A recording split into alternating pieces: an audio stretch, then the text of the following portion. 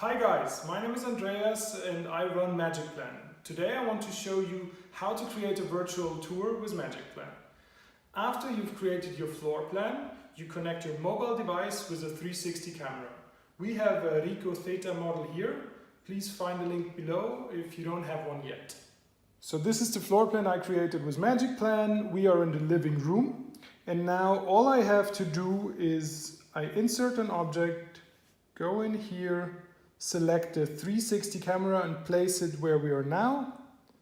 I can orient it and now I exit the room and then simply tap this button to create a picture. Done. I have repeated this process in all of the rooms and now I have a complete virtual tour of my apartment. I can upload the data and access and share the virtual tour on the cloud.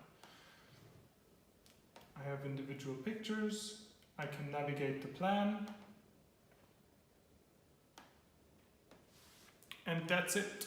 Creating a virtual tour with magicplan.